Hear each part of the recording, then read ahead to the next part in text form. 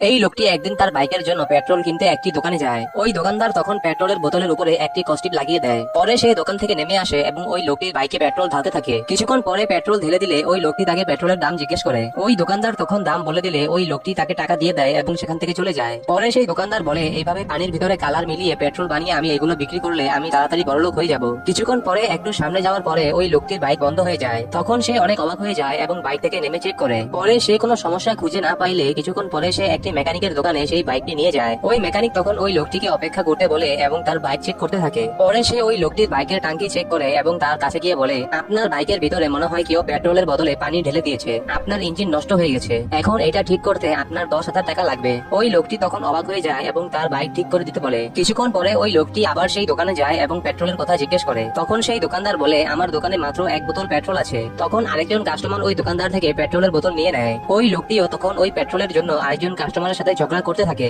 তখন সেই দোকানদার নেমে আসে এবং বলে, এই পেট্রোল আপনি ওনাকে দিয়ে দেন, আমি আপনার জন্য আমার বাইক থেকে 1 লিটার পেট্রোল বের করে আনছি। ওই দোকানদার যখন নকল পেট্রোল বানাচ্ছিল তখনই পিছন থেকে ওই দুইজন লোক সেখানে চলে আসে। পরে তারা ওই লোকটিকে ধরে ফেলে এবং অনেক মারে।